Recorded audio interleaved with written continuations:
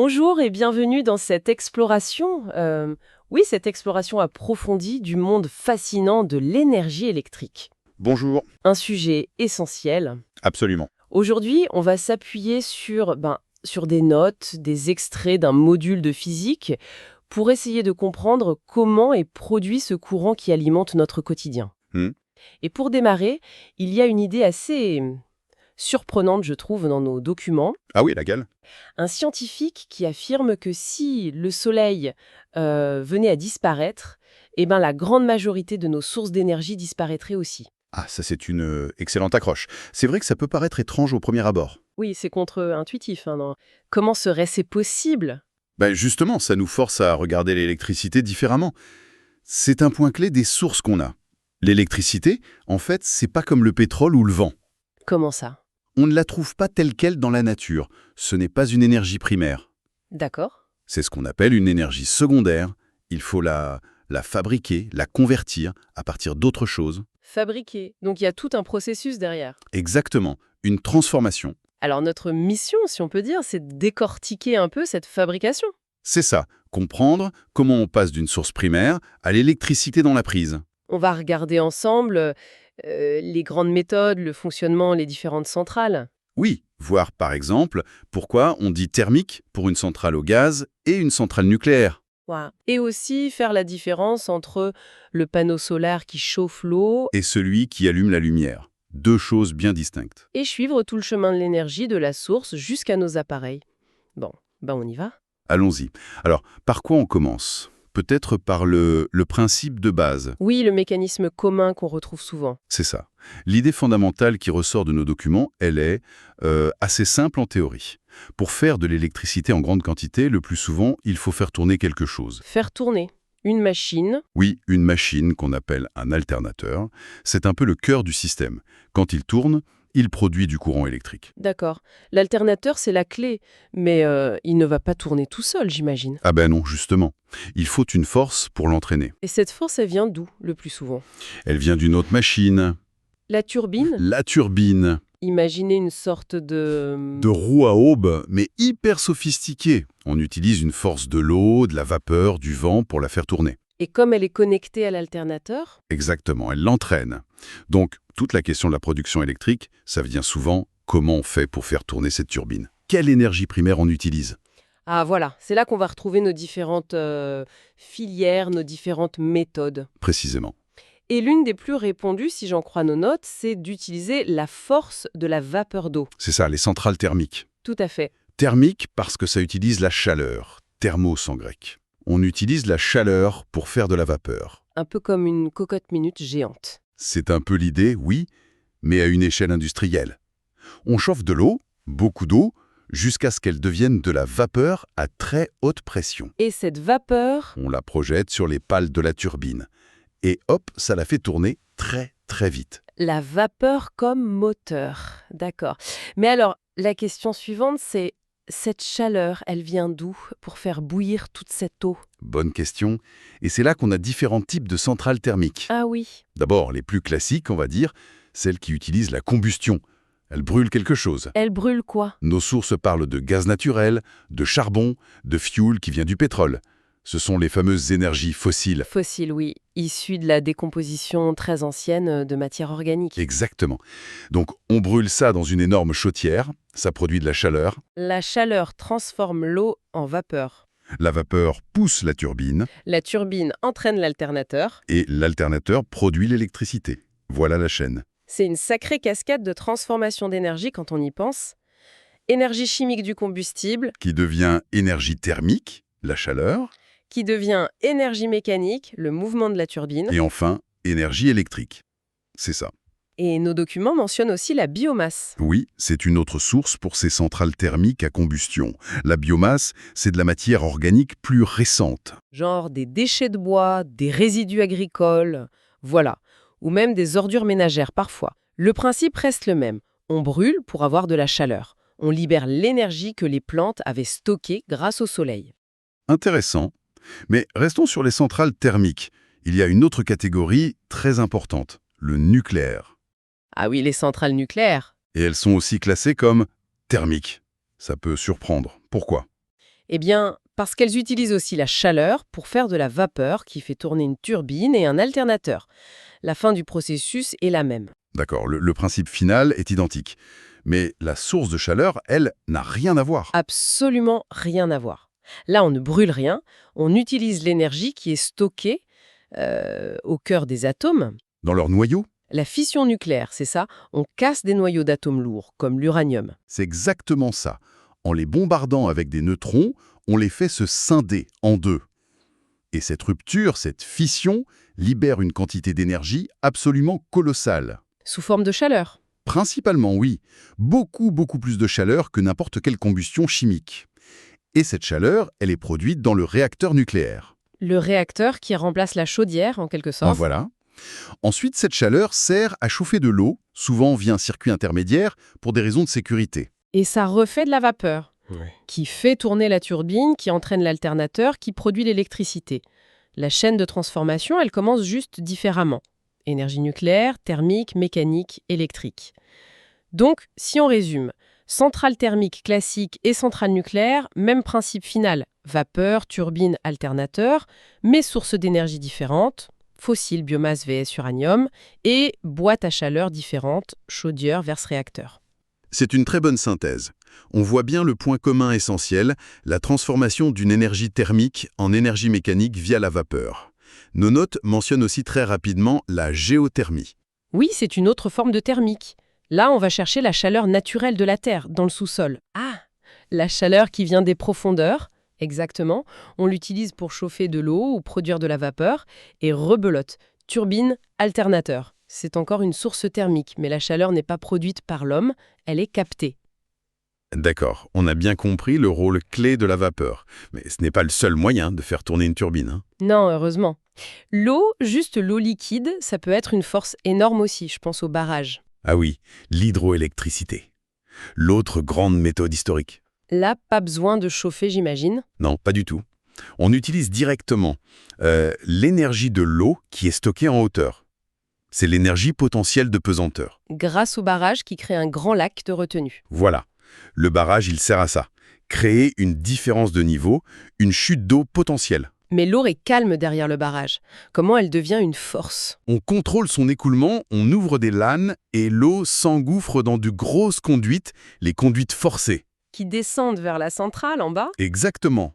L'eau prend de la vitesse, elle est sous pression, elle a beaucoup d'énergie cinétique, de mouvement.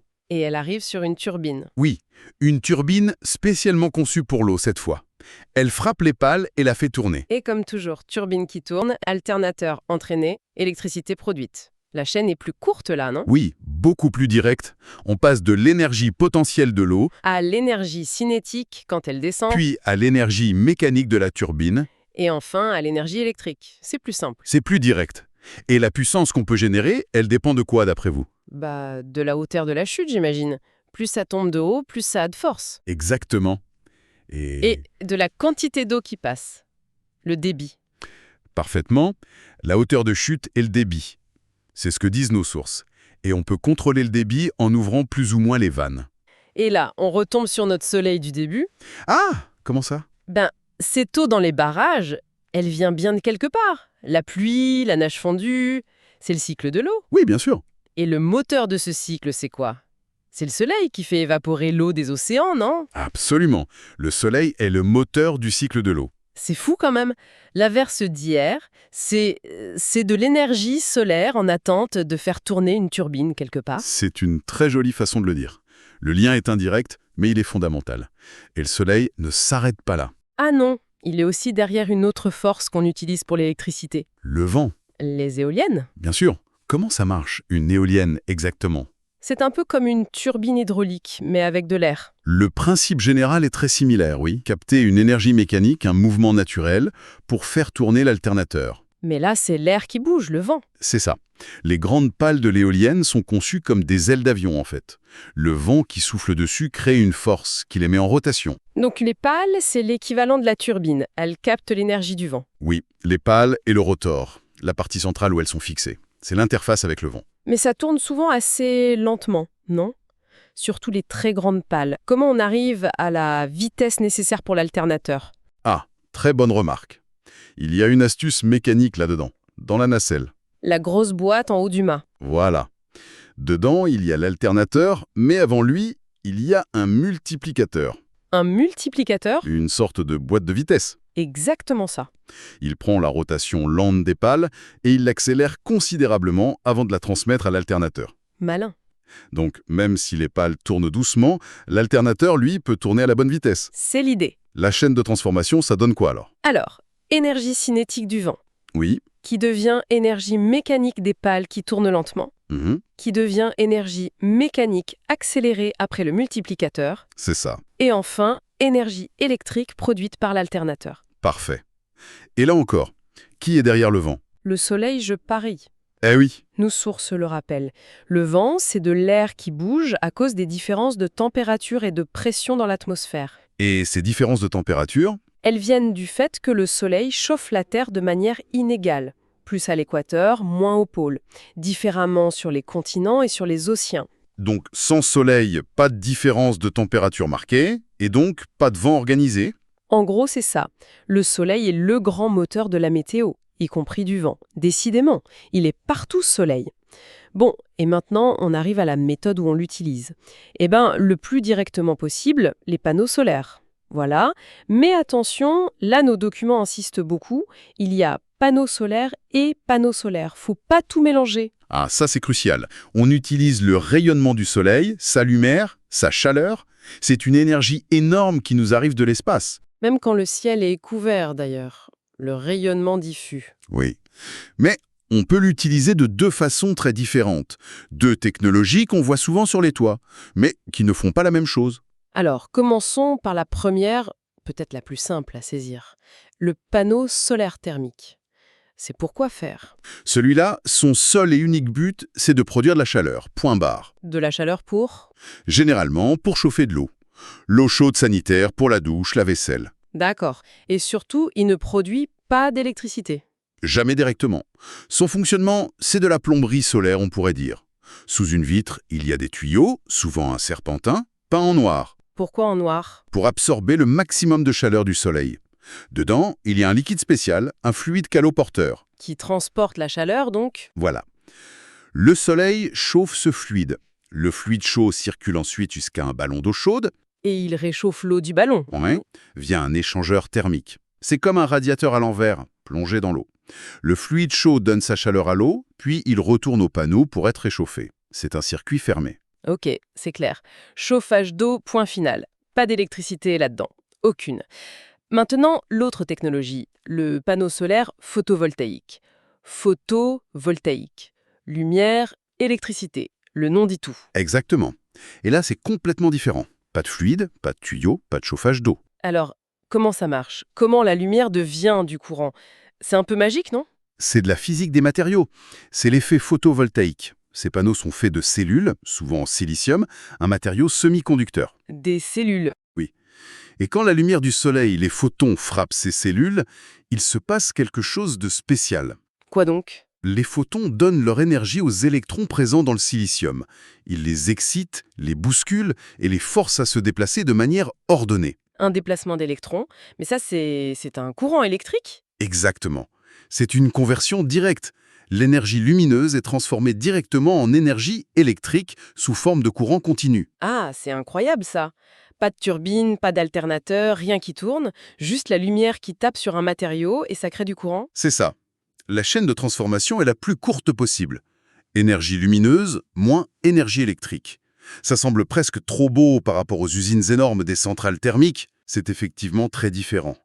Nos sources soulignent que cette conversion directe peut avoir des avantages, notamment potentiellement moins de perte d'énergie à chaque étape. Contrairement aux centrales thermiques où on a toute la cascade chimique ou nucléaire, moins thermique, moins mécanique, moins électrique. Voilà. Et à chaque conversion, on perd forcément un peu d'énergie, souvent en chaleur qui part dans l'environnement. Ok. Donc on a fait un bon tour des façons de produire l'électricité, mais une fois qu'elle est produite, qu'elle arrive chez nous par la prise, l'histoire des transformations n'est pas finie ici. Ah non, pas du tout. L'électricité, c'est surtout un moyen de transporter l'énergie facilement. C'est un vecteur énergétique très pratique. Mais à la fin, nos appareils, ils ne l'utilisent pas juste comme ça. Non, on la retransforme presque toujours en l'énergie utile dont on a besoin. Les exemples dans nos documents sont clairs. Oui, un radiateur électrique ou un four, ils transforment l'électricité en chaleur. En énergie thermique, Un mixeur, un aspirateur, ils la transforment en mouvement. en énergie mécanique, Une ampoule, un écran de télé, en lumière. énergie lumineuse, Un haut-parleur, en son. énergie sonore. Chaque appareil est un convertisseur d'énergie spécialisé. Il fait la dernière étape de la chaîne pour nous rendre le service attendu. C'est vrai. On n'y pense pas toujours comme ça. Avant de revenir à notre histoire de soleil, il y a un dernier point important dans nos sources. La différence entre renouvelable et non renouvelable. Oui, c'est une distinction capitale aujourd'hui. On ne peut pas mettre toutes ces méthodes de production dans le même sac de ce point de vue-là. Alors, qu'est-ce qui est renouvelable d'après nos notes? Les énergies renouvelables, ce sont celles dont la source se régénère vite à notre échelle de temps, comme l'eau des rivières. Exactement. L'hydroélectricité est renouvelable car le cycle de l'eau est continu, alimenté par le soleil et la gravité. Le vent aussi, j'imagine.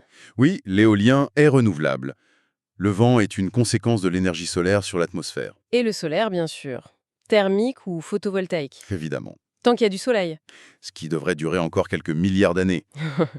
Donc hydro, éolien, solaire. Renouvelable, Et à l'opposé, les non renouvelables. ce sont celles qui utilisent des ressources stockées dans la Terre en quantité limitée. Des stocks qui ont mis des millions d'années à se former et qu'on épuise beaucoup plus vite. Là, on pense tout de suite aux énergies fossiles. Charbon, pétrole, gaz, Oui. utilisés dans les centrales thermiques classiques. Une fois brûlés, c'est fini. Et le nucléaire. L'uranium, pareil. L'uranium est un minerai dont les gisements sont limités sur Terre. C'est donc classé comme non renouvelable. Et il y a aussi la question des déchets radioactifs à gérer sur le très long terme. Cette différence change beaucoup de choses sur l'impact et la vision à long terme de chaque filière. Absolument. Et ça nous ramène tout naturellement à notre question du début. Pourquoi le Soleil est si important pour presque toutes nos énergies? Maintenant, ça c'est clair. Oui, on peut faire le bilan. Le Soleil, c'est la source d'énergie, directe ou indirecte, pour l'hydroélectricité, via le cycle de l'eau, Oui, l'éolien en créant le vent, les énergies fossiles et la biomasse. C'est de l'énergie solaire stockée par les plantes grâce à la photosynthèse. C'est ça? exactement. Photosynthèse très ancienne pour les fossiles, plus récente pour la biomasse. Mais c'est de l'énergie solaire à l'origine. Et bien sûr, le solaire thermique et photovoltaïque qui utilise directement sa lumière et sa chaleur. Voilà. Donc, si le soleil s'éteignait, Plus de pluie, plus de fleuves à terme, adieu l'hydro, plus de vent, adieu l'éolien, plus de plantes, adieu la biomasse et les futurs fossiles, et plus de lumière directe, adieu le solaire. waouh, c'est assez radical vu comme ça. Les seules exceptions qui pourraient tenir un peu plus longtemps sans soleil, ce serait, Le nucléaire, tant qu'il y a de l'uranium, oui, et la géothermie profonde, qui utilise la chaleur interne de la Terre. Mais ça reste une petite partie de notre consommation actuelle. impressionnant. Alors si on essaye de résumer les grandes idées de cette discussion, Vas-y. l'électricité est une énergie secondaire, on la produit le plus souvent en faisant tourner une turbine et un alternateur. Ok. Cette turbine peut être entraînée par de la vapeur venant de combustion fossile, biomasse, nucléaire, géothermie, par l'eau, hydroélectricité, ou par le vent, éolien. C'est ça. Une grosse exception, le photovoltaïque, qui transforme directement la lumière en électricité. Très important de le noter. Et il faut bien séparer le solaire thermique, chauffage d'eau, du photovoltaïque, électricité. Crucial. Et enfin, tout ça, c'est une histoire de transformation d'énergie qui continue jusque dans nos appareils. Belle synthèse de toute la chaîne. Et pour finir, une petite question qui me vient. Nos documents donnaient des chiffres pour l'Europe en 2008. Genre 80% d'énergie fossile, 13% de nucléaire et seulement 8% de renouvelables. Oui, des chiffres qui ont un peu évolué depuis, mais qui donnent un ordre de grandeur. Maintenant qu'on comprend un peu mieux la physique derrière tout ça, les liens avec le soleil, le côté renouvelable ou pas, les transformations, qu'est-ce que ça nous dit sur les défis pour faire évoluer ce mix énergétique? Ça ouvre pas mal de questions, non? Ah, et c'est une excellente question pour conclure. Comprendre ces bases physiques, ces transformations, c'est sans doute la première étape pour pouvoir réfléchir sereinement aux choix énergétiques de demain. Et aux défis technologiques, économiques, sociaux que ça représente. Oui, c'est complexe. Ça donne matière à réflexion en tout cas. Tout à fait. Une réflexion nécessaire.